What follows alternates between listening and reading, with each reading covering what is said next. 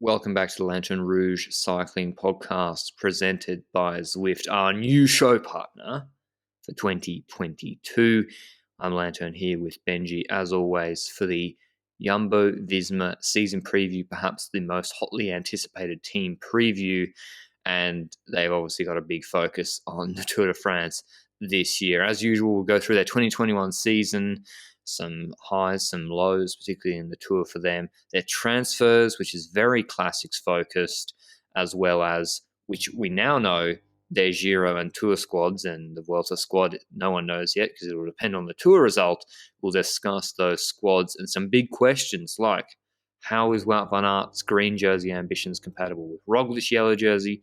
Why is Dumoulin doing a Giro with no time trial kilometers? But how you going, Benji? You're set. Are you ready for the season? Like, how do you feel? Refreshed? Yeah, certainly. I'm so hyped for the season. I can't wait for the racing to start. I can't even wait for smaller races to start. I've been watching literally every small race that has been on in the last week and a half now. So, yeah, I can't wait for the bigger ones to occur and for the big guns to start at larger races. And we've got quite a lot of big guns in this team, right? It's a pretty good team. Jumbo-Visma. We've got also an interview with Sepp Kuss, which will be dropping tomorrow on the Friday, which is just talking about his ambitions for this year and some recaps of last year. So make sure you check out that interview and subscribe if you want to see that. But Benji, their 2021 season, 19 World Tour wins, no Monument, no Tour de France because Roglič crashed out, but they got Jonas second at the Tour, 4 stage wins, Vuelta where Roglič went and honestly could have won 8 stages. He won 4 stages there, and a smattering of good wins like Paris-Nice stage win, Tirreno stage win, Paris-Nice 3 stage wins before Roglič crashed out. Gent-Wevelgem and Amstel, the 2 classics wins for Van Aert, Basque Country for Roglič, but no Tour de France. So that was the goal. So that it has to be not the season they wanted. Yeah, certainly. I think that's the case there. But also when it comes to the monuments, they had Roglič winning LBL in 2020. Was it 2021 or 2020? Either one of them.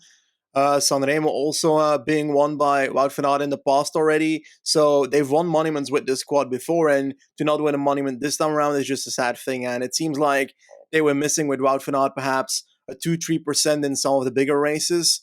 And I think the focus on the Olympics by Wout van Aert also changed a bit in that aspect. Now, when it comes to the Tour de France, certainly Roglič crashing out in the first week injured their capacity of trying to win that Tour de France by a lot.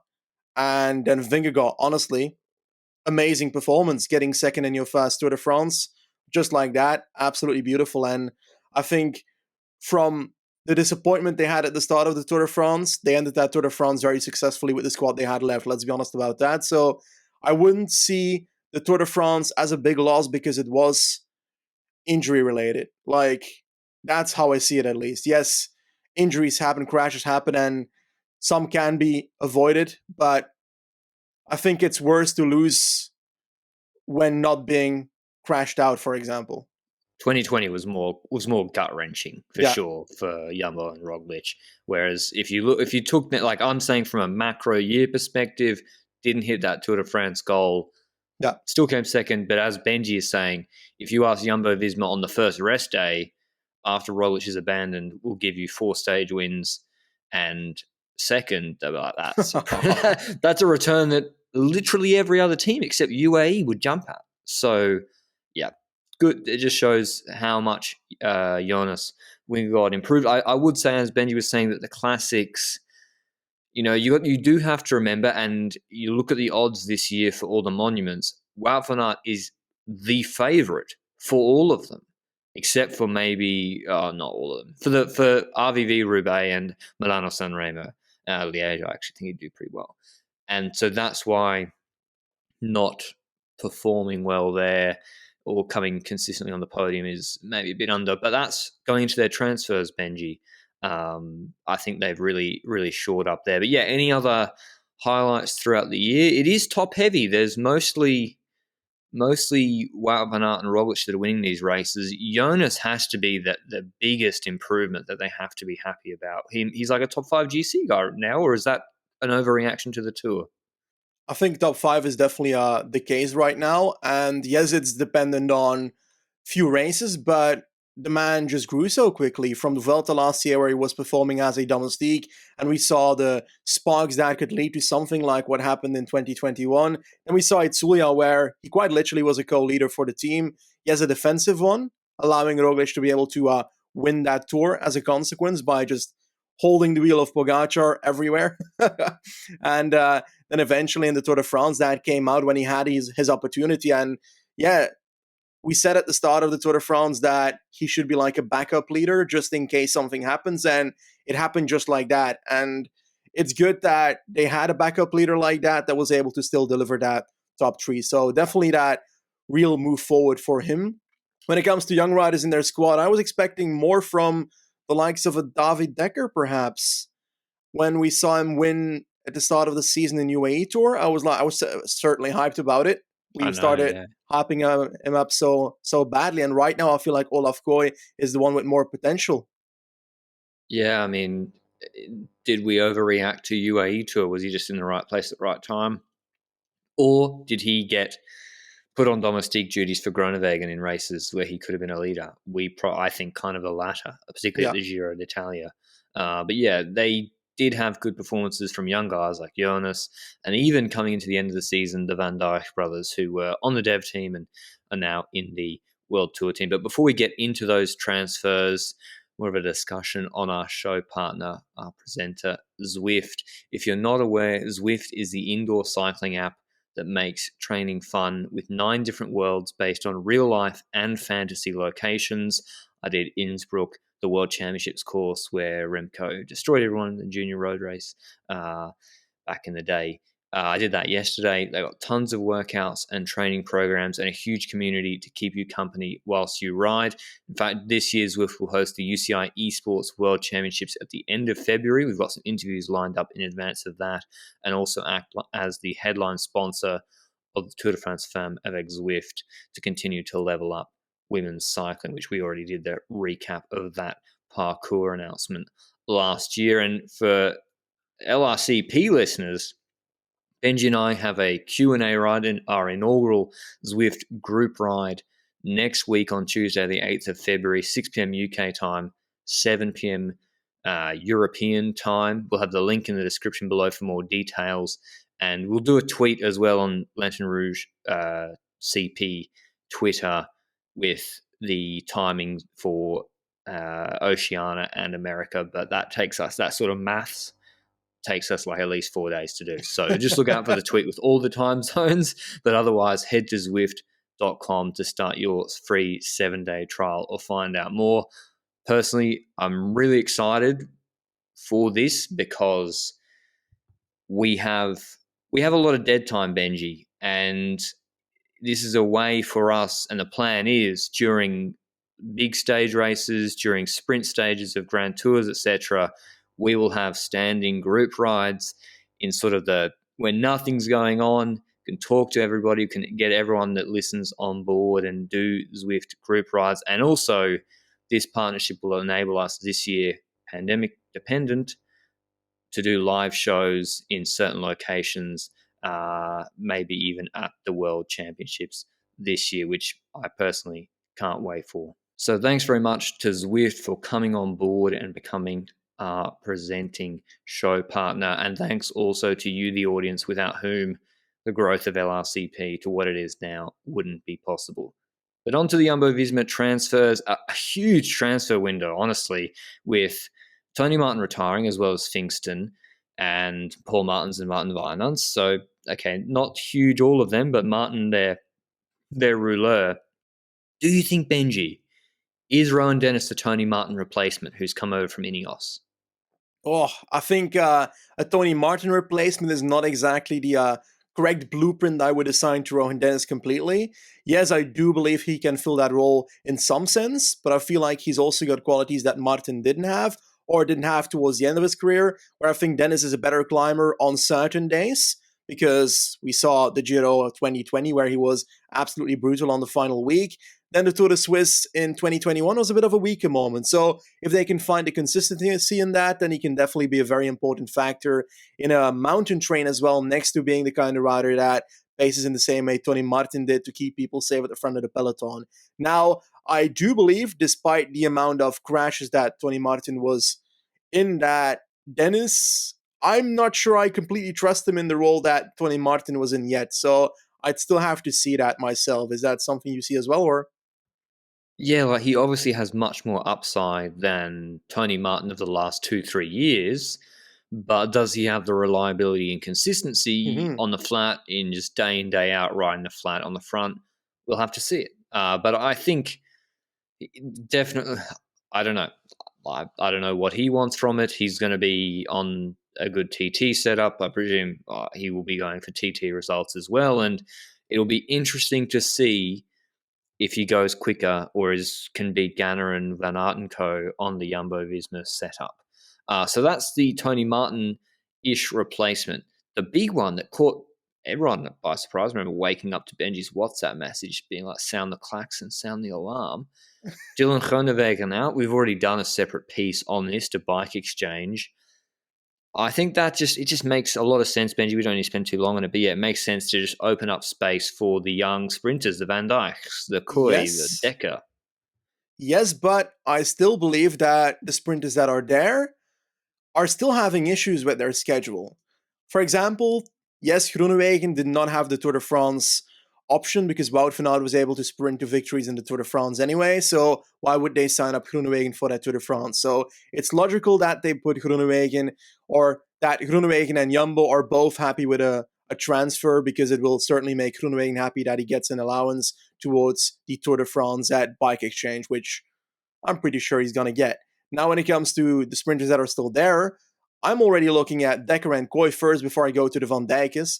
And I feel like I don't know when Kooi and Dekker are going to get Grand Tour opportunities. I think Kooi is still too early at 20 years old, but Dekker, last year he was able to go to the Giro, but this year I saw the temporary start list that they have for the Giro. We'll speak about it in a second. He's currently not on it, so I'm kind of in that doubt of whether Jumbo is the ideal team for a rider like David Dekker at the moment. George Bennett's gone as well. One of the not as good in 2021. He was much better in 2020 and 2019, I think, particularly 2020. He's gone to UAE Team Emirates, their biggest rival, to presumably be a mountain domestique for Tadej Pogačar at the Tour de France. I assume he got a decent offer at UAE Team Emirates. How much do you think that hurts them, Benji? I mean, Micah Formolo and Bennett, assuming that Bennett, let's assume that the concussion or whatever happened in that crash in Paris-Nice knocked him about a little bit this year, or last year in 2021. What's the mountain train then for Roglič with no Dumo there? Like, Dumo won't be with Roglič. Is it Kuss and Jonas, but then Jonas is co-leader? I don't know. They're kind of missing a mountain dom. I feel like Kuss, Jonas, and then Kruijswijk perhaps. Kruijswijk has not had the best periods recently, but I feel like was it in the Tour de France where Kruijswijk was also riding, or the Vuelta last year? But at some point in one Grand Tour, I swear he was doing a decent job at being a domestique, better than we expected him to do.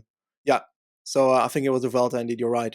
So I feel like Kruijswijk is going to fill up that job, and I don't know.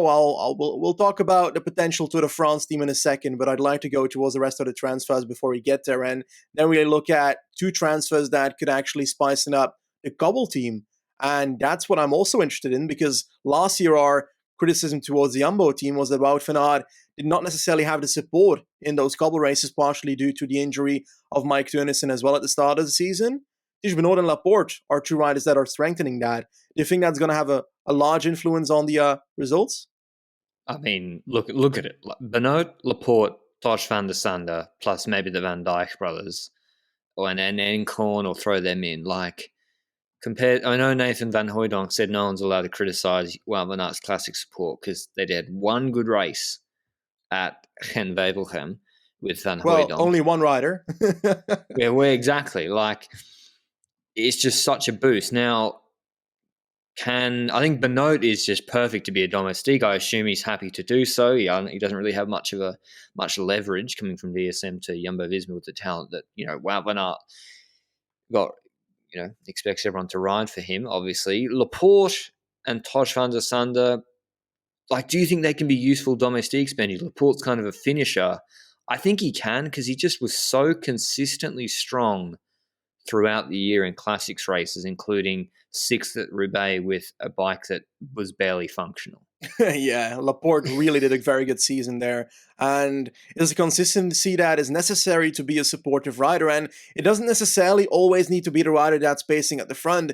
Just an extra rider in the group means that you have more leverage over the other riders in a breakaway. 100%. And that means, well, sometimes people look at you, and if you're Wout van Aert in a group, people already look at you. So if you have an extra rider to do the work for you and react to things instead of Wout van Aert, then that's an extra option in the race. And with Laporte, that's a fast option, which means that if it, for example, was Stefan Kung with Wout van Aert, and Kung was responding to attacks from Colbrelli and so forth, and Wout van Aert was stuck in the second group, then you'd have a problem. But if Laporte is responding to Colbrelli and is going away with Colbrelli and Wout van Aert stays in the second group, I try and trust Laporte to beat Colbrelli at the end, perhaps. So yeah, it's a very different dynamic, and I think it's a second option / a domestique whenever it's necessary. So it's just a backup that falls into a domestique role when necessary. As simple as that, in my opinion. It feels like a pure domestique for me, though. Yeah, definitely in the classics. Although it's like what Benji said, these guys are of a certain quality, like Benoit, or who's won Strade Bianche. He doesn't win much, but second at Britannia Classic. Tosh van der Sande 10th at Amstel. And Laporte's fast. They have they're good enough that you can have them mark moves of others. And particularly with Laporte, with his quick finish, as Benji said, it just can nullify attacks in that way and keep it together for Van Aert. And it's like, what would have happened in Gent-Wevelgem in the last 30 Ks if Nathan Van Hooijdonk wasn't there? I don't know. It would have been harder for Wout van Aert, one would think. I would hope other riders would have attacked him more freely. But yeah, that's the biggest boost. They've got this classic squad now, and almost no excuses, really. Like, they should be winning at least 2 cobbled classics, one would think, not even talking about the Ardennes for this team. But yeah, that's, I think, a decent transfer win. Like, what else could they have done, Benji? Like, they're not going to spring for Almeida. They didn't sign Bennett. Like, I don't know, I think they brought up some young guys. I think it's pretty solid. Yeah, I think so as well, and I really trust that transfer of Van der Sande as well, based on his last season, because not only is he the kind of rider that is versatile and can get over these cobbly hills and so forth, he's also consistent as a domestique, top 40 at Paris-Roubaix, for example, but he's just like Laporte, slightly quick as well. Not as quick as Laporte, obviously, but he's got that punch as well. So if you get him together with, again, let's make Kung the example of a slow sprint. F in the chat for King today. Then Van der Sande is beating him in the sprint, as simple as that. So yeah, I think that's a good transfer as well. And next to that, he's also the kind of rider you can also sign up for Dwars door Vlaanderen if the team goes for that as well. I've already mentioned them multiple times, Van Dijk brothers, so they're in. One of them has already won. I think Tim, maybe the Croatia race, already won a pro race. So they have young guys coming through as well. So, and they're from the right country in terms of their sponsors too. So they have sponsor-appropriate young talent. The biggest Dutch rider I think they haven't picked up was Maren van den Berg, who went to EF, but they can't take everyone. The other one, Benji, the Anton Pultzer of this year, even though he's not a ski mountaineer, Milan Vada, Dutch, 25-year-old, not a single result on PCS. Never done a UCI race. Who is this cross-country mountain biker. That's what he is, a cross-country mountain biker. Rides for a UCI mountain bike team, I think, KMC Orbea, if I recall correctly. And, apparently, just like the Paltzers of the world, he apparently in test results also showed the ability of doing so on the road. He has not much experience there, but that's what he can try here. And to be honest, with the team of Jumbo already, they can try someone like this because he's also a bigger name in Netherlands as well. I know quite a few people that know Milan Vader, which is pretty cool. So that means that they've got exposure with that aspect as well. But I also think it's a bit of a tryout. They're trying it out. And obviously, yes, Mick van Dijk, I think, joined because Groenewegen eventually left the team as well. So that's an extra add-on with the youngsters as well. But I think I heard them talk about their youngsters in the team presentation, and it seems like a bit of a different system than before, because I think they are going to rename it to, or add a section to the team where it's called Young Jumbo-Visma. which is basically young Jumbo-Visma in English. Pretty obvious, the translation. And the idea behind this is that you've got a U23 or youngster team, and you've got an elite team, but you've also got a mixed bag in the middle. So the best riders of your U23 team and the lesser good, don't want to say worst riders because they're pretty good, of Jumbo-Visma, and those form a bit of a pack that will do the kinds of a Croatia tour and so forth. So it's a bit of a different system that they're going to be applying this year. I'm curious what that will display. I already kind of feel like that's what happened at Tour of Croatia, where they also had U23 riders in their elite team riding that race, but perhaps it's a bit of a specified program for selected riders in the team for their youngsters. So let's see what that gives next year when it comes to the signings there. But you're right, Hesman, Van Dijk, I'm very much enthusiastic about those riders and can't wait to see them grow, because with youngsters like Hesman, he's a decent TTer, versatile over hills, was top 20, I think, in Lavenir, so strong performance all round, but he still has to make his way and pave his pathway in a World Tour, which of the versatile areas he wants to dive in and specialize in, and that's something I look forward to seeing in this season as well. Yeah, they're kind of informally already doing what Benji was describing. They often go to races like Setimana, Hungary, Croatia, etc. Milan Vara seems to me to be a continuation of the theme of signing guys who can be multidisciplinary. I'm sure everybody was every sponsor has been jealously looking upon Tom Pidcock and Ineos with Olympic gold, now cyclocross world champion. That is huge exposure. If you go and look at like Google trends or analytics, the Olympics, there's a hot take, the Olympics is slightly bigger than some cycling races for general audience interest. We have Zwift, the signing of him with Bora. Sorry, Zwift is the more relevant example than Poulsen. Zwift, I was remiss in not saying he actually looked quite good at parts in the Bora preview last year. Varda seems to be that. How he'll go on the road, absolutely no idea. But we'll see. He's doing Strade in a month and a half. So baptism by fire for him. But now we'll move on to the squads we think / already know that Jumbo-Visma will send to various races. I think for the cobbles, Van Aert leader, Ternesen.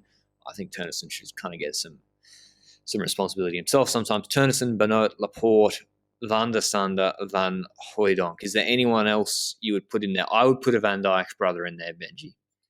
It depends on the race. Like the Dwarsdorp Vlaanderens of the world, certainly.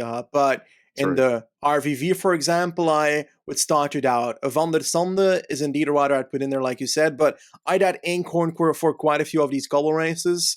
I believe that he hasn't shown perhaps the potential that I hoped for last season, but I still believe, I think he won a race, right? Eenkhoorn? I don't know it by heart at the moment, but I think I saw him winning against, was it Lampard at some point? Yes, I think so. But I think he should be added to at least some of those cobble races, certainly. And I believe he can grow through as well. And it's a domestique role, let's be honest, at the moment, until he proves something better at the moment. Timo Rosen, also a rider that could, I think he's more hilly. New era, Benji. New era. Yeah, okay. No more Vinance, no more Timo Rosen. But he's Dutch champion. Okay. Affini is apparently riding the cobble season according to his schedule, and that's where I'm not sure, because yes, he's DTer, okay, but what does that say about his cobble strategies? And he DNF'd on most of the parcours, but that could also mean that he played a role at the start and we didn't see it. And it's hard for me to judge whether Affini fits in those races as a consequence, and therefore I can't judge whether he should be in the team or not. I'd sooner put him in than probably Rosen. I think I'm probably being a bit harsh on Rosen. He did make the break in Roubaix and then punctured, I think, or something. But Affini, I think, will do the earlier ones, and then he's Italian, so of course must do the Giro by law. And so, he's down for Flanders, Jesus. So he's doing a fair few of them, as Benji said. Anyway, it's a damn strong team. Where do you rate it, Benji? We've got the De Koenig, Alpecin. Well, Alpecin don't have MVDP. We don't. Let's assume Alpecin had MVDP, full Alpecin. It's not. Doesn't how this work. In my imaginary world, which I basically live in, this is how it works. Where would you put Jumbo? I'd have them second in cobbles. I'll try and answer it in a different question. Do I expect this team to be able to bring Wout van Aert to a monument win in, for example, Paris-Roubaix or RVV, the Tour of Flanders? I believe that's certainly possible. I think they've got more options in the latter part of the race, with Benoot and Laporte being added to the team. Teunissen hopefully being in a better form than last year, as he was injured last year at the start of the season. And you've got riders that could have a better day than you initially expect. So if you have an Eekhoven, Van der Sande, Rosen, and Van Hooijdonk also on the start list, then two of those riders might make it in the group where the final is starting, for example, and as a consequence still be very valuable for the squad. And the difference is that last year Van Aert had to react alone to things, and I think this year, like we said a bit earlier in this podcast, that's going to be a lesser of the case, because with Laporte, you've got a second option, Benoot as well. Those are riders that can respond to things instead of Van Aert, and therefore Van Aert can just stay in the group and not have to respond to literally every attack, because people are going to look at him and are going to try and attack him left and right. The Koenig has more riders. You said it. It's one of the stronger teams, the Koenig, if not the strongest team on cobbles. And they've got more options, which will lead to people trying to attack left and right from the Koenig. And once you have a Benoot and Laporte to be able to respond to moves like that, then sure, someone's getting away. And Asgreen is getting away with a Teunissen, for example. But at least you've got someone there, and Wout van Aert didn't have to respond. And then the question is, are you happy with Teunissen with Asgreen? And that depends on what's to come in the race, of course. Yeah, I think the Koenig is still the strongest. I'd probably have Jumbo a slight edge on paper against Alpecin, but probably biased against riders like Yanni Vermeersch, who have really, really good results, and I'm pretty sure I said would be winning Tour of Flanders. So yeah, they're now certainly, I would think, a top 3 cobbled team all around. In terms of the Ardennes, it is Roglič time again as their leader, one would think. Yeah, he's pretty obvious he's their leader, but Benoot, I don't know, Benoot has to probably do Ardennes with him. Do you think he'll help with him, Benji? Like on the last climb in Liège, is Benoot? I think it is a big upgrade as well. Yeah, I think he needs to. I think Benoot, in my eyes, is there mainly for the cobbles and hill classics in the season, and perhaps can play a role as well in a Grand Tour. I can't specify which one because they haven't specified it either, so it's difficult to guess, as we have still to make our teams for this for the Grand Tours in the season. But yes, I believe he will play a role in the hills. The same with Geesink is planned for the Vuelta, I think. So that fits perfectly to also do the Hill Classics as a supportive rider. Allman as well, same story. And yeah, Roglič and Vingegaard for LBL, perhaps a secondary option, backup leader. But when it comes to Amstel, then Amstel, right? Because LBL, I'm saying no. I'll send him to all 3. Sending, yes, but I can't. I think he'll play the best role in Amstel, but I think you think the same there. Yeah, I just mean, obviously, Roglič is just out and out leader for all of them except Amstel. Is he though? Okay. No, except Amstel. Well, I don't think they're going to send Wout to Liège. Yeah, I agree. He could win, but I don't. Dumoulin riding Amstel.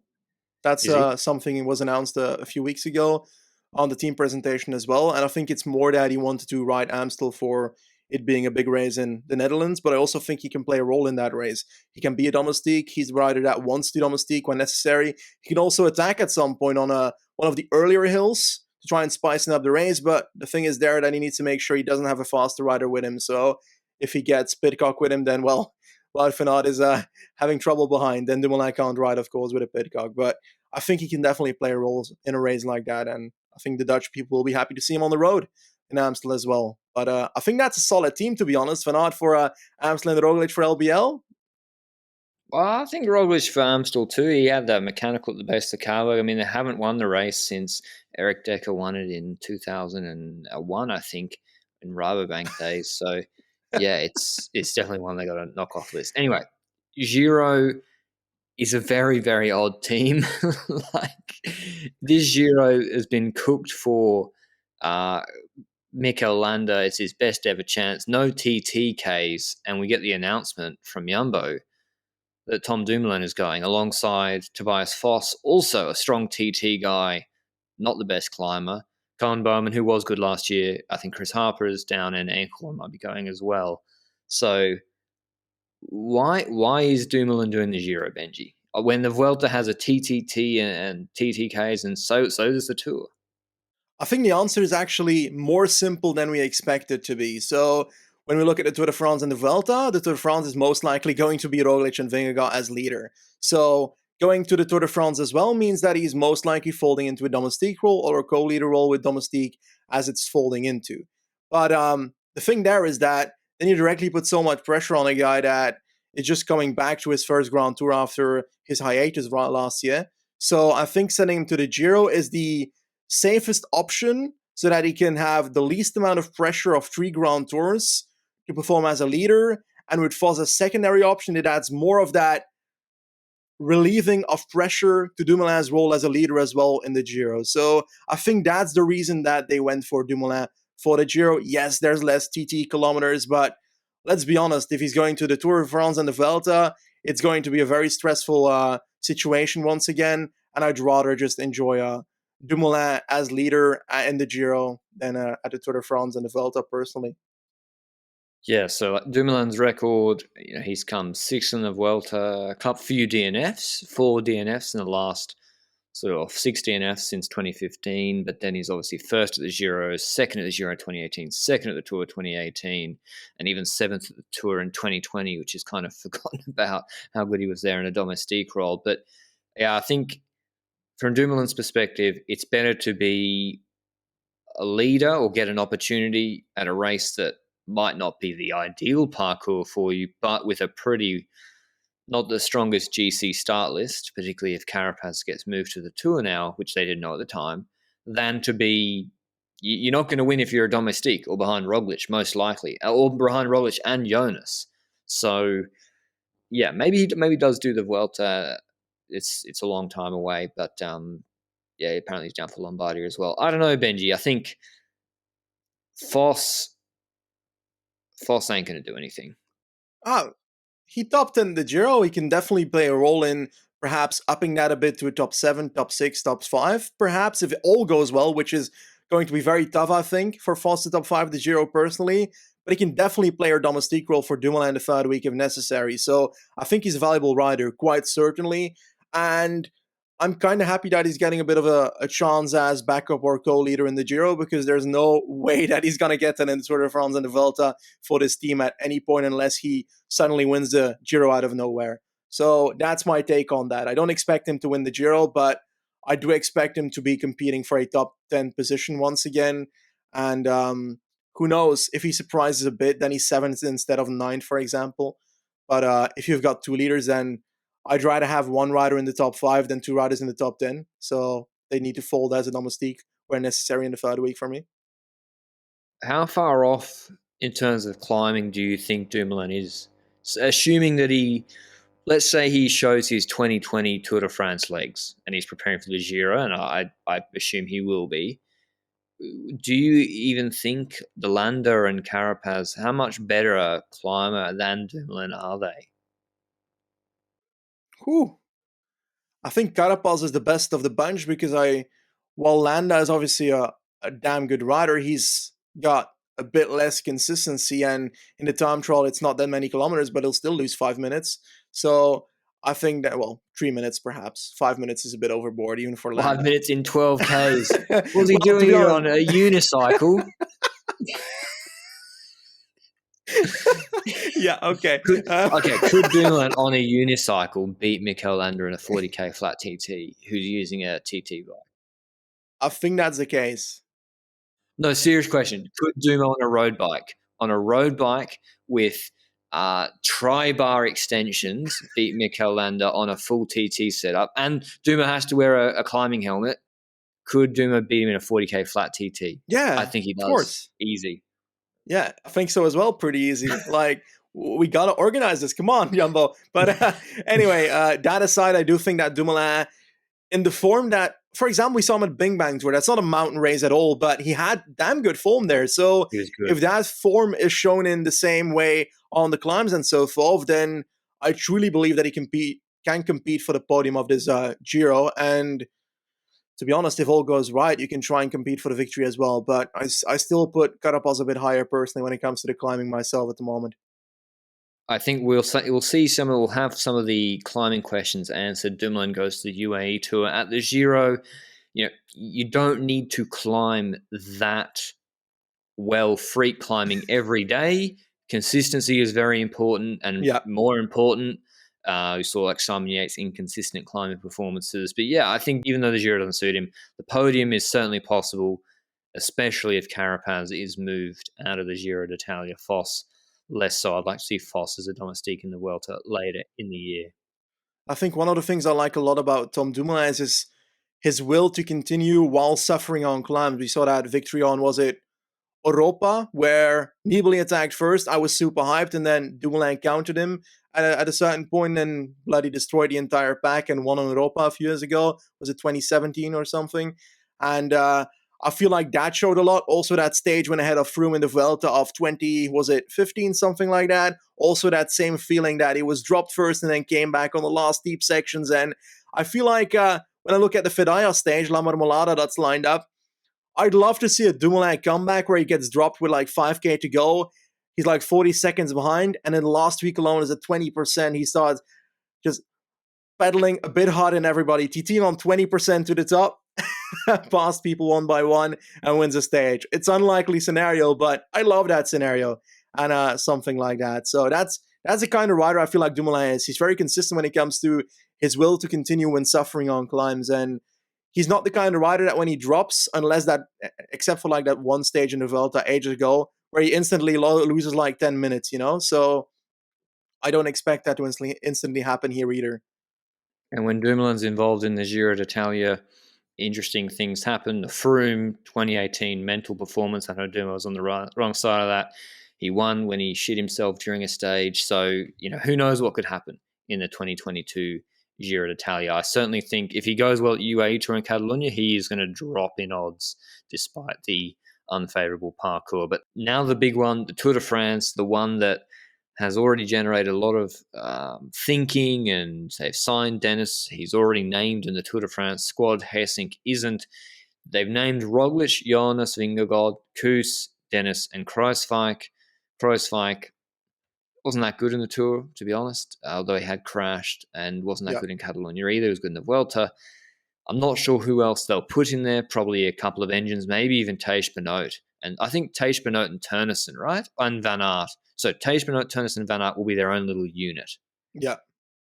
I think that's certainly an option. I think Roglič and Vingegaard are the two leaders in my eyes.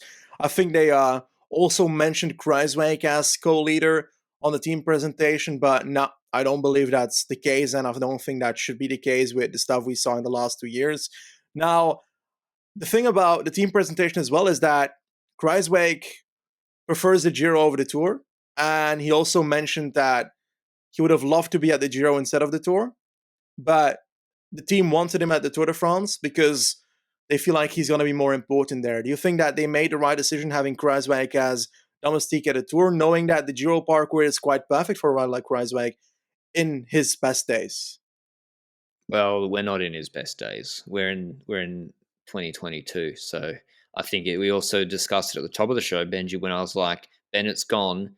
They don't have like 3 dedicated climbing domestiques, particularly if you're using Jonas as a leader. Kuss is not consistently there every day in the mountains either, although when he is on, he's good. So yeah, I think they need Kruijswijk as like just a stock standard mountain domestique. Hessink isn't that guy anymore and might not make the team, which I think he was sad about. Yeah. The big question is, Wout van Aert has said he wants to go for the green jersey, and as I said, I think he will have a mini squad around him, being Ternesen and maybe even Tejs Benoot on some days. How will that work with Roglič going for the yellow jersey? We saw them balance it, not green, but Wout van Aert going for stage wins and stage 7 of the Tour de France 2020 when Wout didn't pull when they had Pogačar behind. How do you see that working, Benji? Or is it just, I think Roglič is the one that's going to have to suffer a little bit, and Wout going for green is a big goal for them. I think we need to look at different perspectives before we start judging it. So Wout van Aert, he's not 22 anymore. He's near the peak years of his career and arguably in the peak years of his career, in my opinion.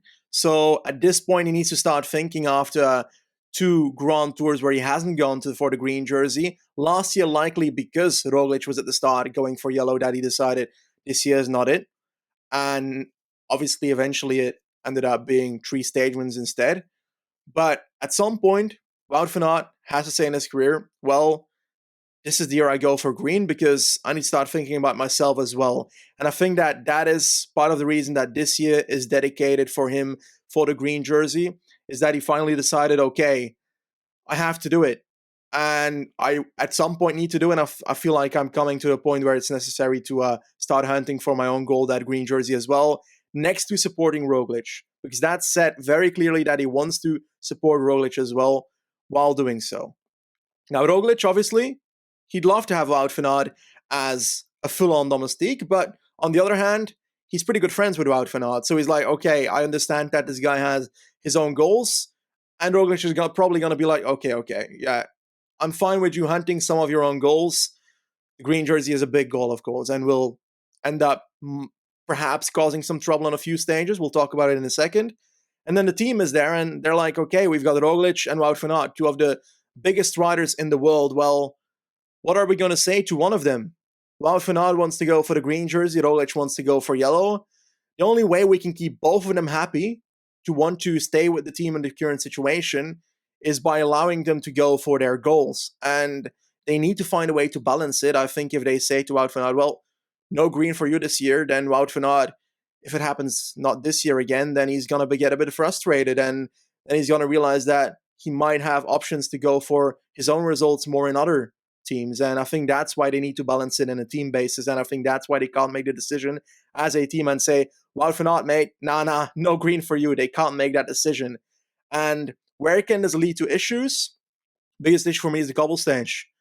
I believe Wout van Aert should be chained to Roglič on that cobble stage 100%. No, but if he wants to go for green, he needs 2 points. No, not doing this again. For like, how are they going to do? Listen, Roglič, it's not bad luck. Roglič crashes a lot. Roglič crashed out of Paris-Nice, crashed twice in that stage. He crashed in Dauphiné in unrelated crash to the Bookman gravel descent crash on stage 4. I don't know why he actually crashed there. He crashed in the Vuelta because he felt like it. He crashed trying to move up in the gutter when Colbrelli body checked him in the Tour. He nearly crashed multiple times in random sprint run-ins on a highway, which no one saw except me on the overhead shot with 3Ks to go in just random stages. And I think Jumbo, Wout van Aert's a pretty big deal. I think he's, correct me if I'm wrong, Benji, he's quite a well-known rider in Belgium and the Netherlands. I think he's pretty important for sponsors. And Wout van Aert going for green and state, like Mont Ventoux, Benji, people message me like, that's the greatest performance I've ever seen. I'm like, okay, like, yeah, it was pretty good. Yes, I know. But, I'm obviously a pedant. I'm like, it actually wasn't as good as you think it was. That was a really big deal. People thought Wout van Aert's tour was huge despite Roglič crashing out. What's a bigger deal in your gut reaction for their sponsors in Belgium or the Netherlands? Wout van Aert green plus 2 stage wins or Roglič second at the Tour? Well, second is not the goal. First is the goal. Okay, first. First is a much bigger deal.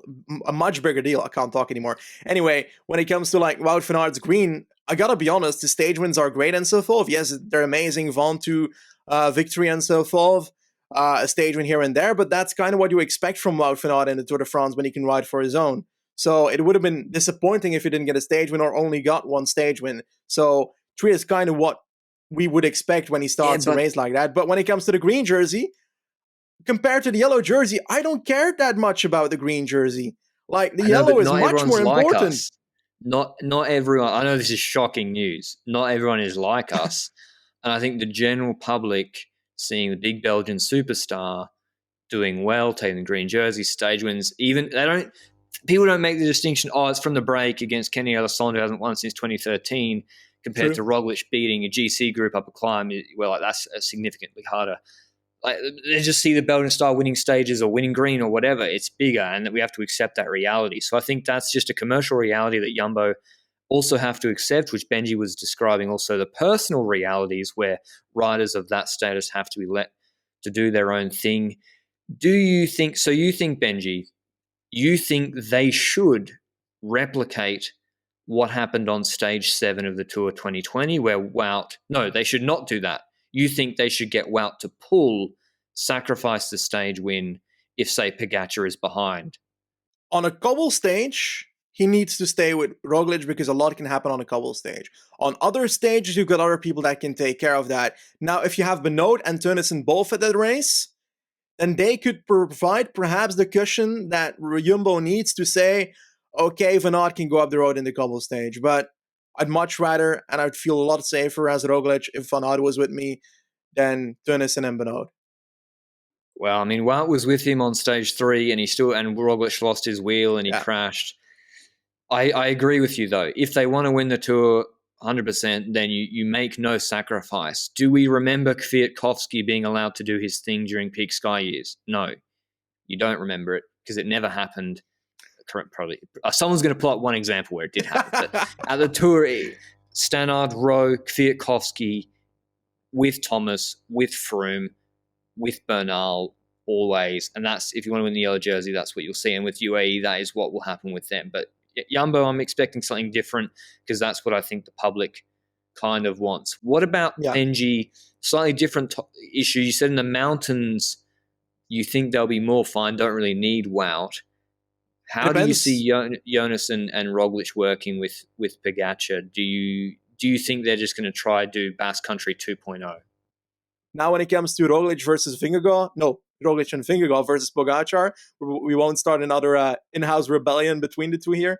But Roglič and Vingegaard, I think the comparison with Itzulia is not necessarily the right one, because in Itzulia I've got a situation where Roglič and Vingegaard are working together and McNulty and Pogačar are working together.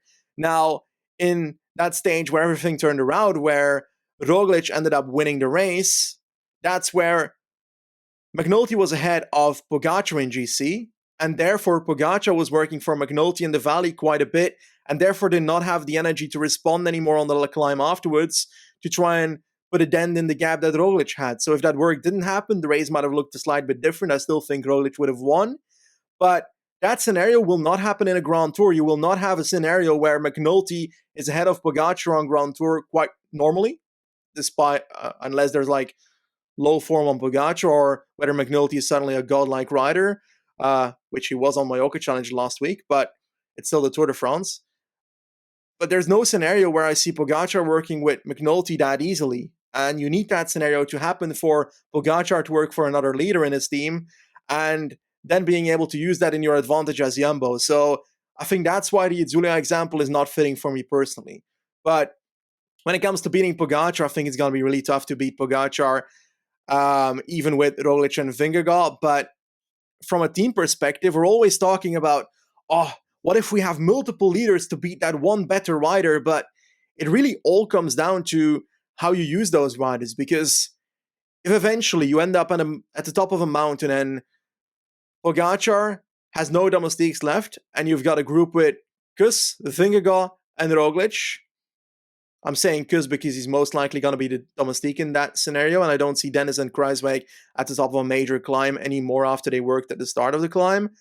Roglič and Vingegaard are the ones that will need to roll attacks on Pogačar, but we saw what happened on Prati di Tivo with Ineos, where Bernal and Thomas were rolling attacks on Pogačar, and he basically toyed with them. So the difference will be, is Roglič and Vingegaard a better duo than Bernal and Thomas? Quite certainly. Are they strong enough to roll attacks on Pogačar and therefore find a way to drop him? I think it depends on the situation in the race. And if they find a very long climb in 30 degrees, then perhaps it's possible. I think Jonas should be the attacker. I think it should be like when Jonas went in that break with McNulty, the stage before Aert on Basque Country, and Pogačar has a difficult decision. Am I going to chase Jonas Vingegaard right now, if he's saying, assuming he doesn't have Formula or Micah, with Roglič sitting in my wheel? Am I going to do that? And he has to. That's a difficult decision for him to make. And Roglič and Pogačar, they're like literally almost the same level on climbs. Like in road stages, toe to toe, practically the same level. I assume Jumbo-Visma are thinking, and I think it's the right way to approach it, that if you add that element of Jonas putting a bit more pressure on Pogačar to have to do things defensively with Roglič sitting behind him, that Roglič can take advantage of that. Maybe, for example, like the Collada, Jomena, and then Covadonga stage, you attack with Jonas, link up in the valley with a satellite rider. Pogačar has to chase, assuming Jonas is close enough on GC, and then Roglič can attack a more tired or fatigued Pogačar at the end. Jonas dropped him on Ventoux. The shame was it was a descent finish there. I think that's the way to approach it, and I don't think Wout is that important for that on the climbs per se, but maybe as a satellite rider afterwards. I think they're in a good position to mount an assault against Pogačar despite the signings of Soler and Co at UAE. Would the situation be different if they were riding against Almeida and Pogačar in the Tour de France? Nah, because Almeida wouldn't say be it. there. I wanted you to say it. I knew it. Yeah, I mean, maybe Masnada and Pogačar are probably better combo. So, yeah, we'll saw Masnada at Lombardia. Then Jesus. Better value at least. Anyway, that's Tour de France for Jumbo. That's their big priority, plus the green for Wout van Aert. The Vuelta, I have no idea. Maybe Roglič will go. I think he should go, whether he wins the Tour or not. He can win his 7th Vuelta in a row. He can win 10 stages. And, I think he should do the Vuelta. It suits him perfectly. Yeah, I think so as well. I think Geesink is lined up for this Grand Tour, not for the other ones. Do you think that's a good decision to send Geesink to the Vuelta and not to the Tour de France anymore? Because now they're losing 2 very experienced riders in the Tour de France with both Martin and Geesink there as road captains. I mean, Martin not being there is probably a good thing for them. They're more likely to not crash out some of their riders. I'm not just talking about Omiopi. I'm talking about other crashes, like Martin's crashed Vuelta. a lot. Yeah, throughout the years. Well, exactly, Benji. Yeah, Vuelta on that descent. So, Geesink, I agree. Okay, yeah, he can't do his top 10 GC watts he could do back in 2012, 13, but in the medium mountain or just valleys, he's just useful. Like, he can still get over a 10K, 5% climb with the GC. Yeah, I agree. I feel like but there just might not be space. And I think Benoit, Benji, is who they think can do a better job in that aspect. I think the difference there is that Benoit can also help on the cobble stage, and I think that's why decision could lean that way instead of Geesink. That's Jumbo-Visma's year planned out. Koos will probably go for GC in a stage at the Vuelta a España, I expect, as well. And I've already penciled him in for the Granon stage against Miguel Angel Lopez, if he's allowed. And anyway, maybe if that's a GC day. Time for our over-unders, Benji. Jumbo-Visma, I think they have to get more. They had how many World Tour wins in 2021? This is with Roglič basically crashing out Paris and crashing out the Tour. They had 19 World Tour wins, upsetting the over-under. Let me check 2020. They had 23 in 2020. That was an outrageous year. And in 2019, they had 25. I'm setting the over-under at 23 and a half World Tour wins. That's a lot. That's a lot of World Tour wins, There's mate. a couple of wins, yeah. Yeah, quite certainly. So I think I'm going to go for... Ooh, that's hard. Jesus, 23. Do you know how much that is? And it's not like you've got... It's not like you've got these Tour de France stage that finish on like a 10%, 20% 3-kilometer Puy-Marie finish where Roglič will destroy everybody. So it's not that instant those victories. So I'm gonna go under for that reason. I'm gonna go under. But I will add that I do truly believe that Wout van Aert will have a better season in the classics this year with the team he has, and also partially due to the most likely absence of Van de Poel in some of them. So as a consequence, that's a fact where they can get more victories, but I think it's going to be hard to win 24, to be honest. Yeah, Roglič is just a lock he wins over 10 every year. He wins over 10 World Tour. He's just ridiculous. It all depends on what the others do, like Wout van Aert, etc. And Wout's not focusing as much on maybe the stage races where you can clean up like 3 a stage race. I'm going with the over Benji. I'm going with the over. I think Roglič is going to take like 5 at Pyrenees, 4 at Basque, and like 6 at Vuelta. I think Roglič is still ridiculous. So, and maybe Dennis the TT here, Affinia TT, or whatever. Dumo the TT at the Giro. That's just write it down, right? It's already in the books. So, do you think they win a monument? Yes, I think Wout van Aert will win a monument, and I think that it. Ooh, I would like to say Roubaix, but I also want to kind of feel like Asgreen might be having a good one there. But it's either Roubaix or RVV. I feel like RVV is the most likely, but I personally would love to see Pogačar do well there myself because it's the first time he's doing it and would be the first Slovenian to win RVV, and it would be pretty hyped to see him do it. So, but I think Wout van Aert will win RVV. I don't think Wout van Aert wins a World Tour one-day race this year. Jesus, man. That's impossible. It's not impossible. It's certainly... it's not fucking happening. Well, yeah, we'll see. I think the odds are it's really... It's not even a hot take. That's a fucking Mount hot. Etna lava. His favorite for all of us. I don't know how I don't know how it's possible. I'm just trying to be contrarian. If it's true, then I can clip this in a year and be like, "Oh, I'm so bright." But I guess I'm exposed to hate. I'm already getting the Arnaud de Lee hate. Yeah, I think. Do you think they win the Tour? I think Roglič wins the Tour, Benji. When it comes to damn it, Roglič, I think they're not going to win the Tour de France. I think Pogačar has it again.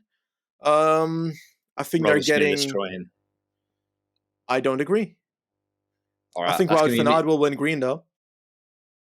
Yeah, I can't wait. It's good that me and Benji have opposing views on the most important moment of the entire year. But yeah, I'm on the Roglič redemption train. I'm not going to enjoy it, but I think this should be his year for the Tour. A hot take for me? That's a good question. I think that Olaf Koy will win a World Tour stages. Without a World Tour race, without Tour de Polonia, he's probably not going to ride them in the age of 20. So that's not even going to work out. Jesus, what can I say that will fit in this bloody squad? And then I look at, I think Laporte will win a classic. That's a good call. I think Laporte wins a TT, maybe even 2. I think something like Bessèges. Yeah, no, a World Tour TT. I think Laporte wins a World Tour TT. Yeah, no. And I think, I think I don't know where to stand on Jonas. I'm not entirely convinced, but. Yeah, he's good. I just don't know. Like, I want to say he's going to clean up like 2 World Tour 1 week races because his TT's so good, but you have to see it before. But yeah, that's the Jumbo-Visma preview. I think Tej Benoot is a huge addition in terms of versatility for stage racing, for classics. Just one of those transfers we'll be looking back and be like, wow, them winning X race maybe wouldn't have been possible without him and the team they had previously. But yeah, that's a big year for Jumbo, Benji. And I don't know what their sponsorship situation is, but they're in pretty good shape. They've got young guys from the Benelux region coming through. They've still got the most prolific winner, but not the recent Tour de France winner in Roglič. They've got Wout van Aert, the best Belgian rider until Evenepoel this year, obviously. And yeah, Dumo. What do you think, Dumo, Benji? Do you think he comes back, like he gets a taste of it at the Giro and this time next year we'll be like, holy shit, Jumbo are stacked with like 3 top 4 GC riders, Jonas, Dumo and Roglič. That's their hope, right? I think Dumoulin podiums the Giro, and the only reason for that is that I want it to happen. Do you think he leaves last year of his deal here? I think we saw some rumors, I think, earlier at the end of last year where he was speaking to Bike Exchange, but then they took Groenewegen instead. So perhaps there's no place for that anymore. But perhaps a 2023 Bike Exchange transfer that would strengthen Bike Exchange for certain. But do they have the money for that? I don't know. Thierry Ryan might add another one of his companies to the name to try and provide money for Dumoulin's transfer. But yeah, I think he leaves. Really? Yeah. I think you're right. I think he leaves as well, and bike exchange would make a lot of sense. That's our Jumbo-Visma preview. Thanks to Zwift for presenting the Lanterne Rouge Cycling Podcast. Make sure to check them out through the link in the description down below, and we'll see you with the next one. Ciao.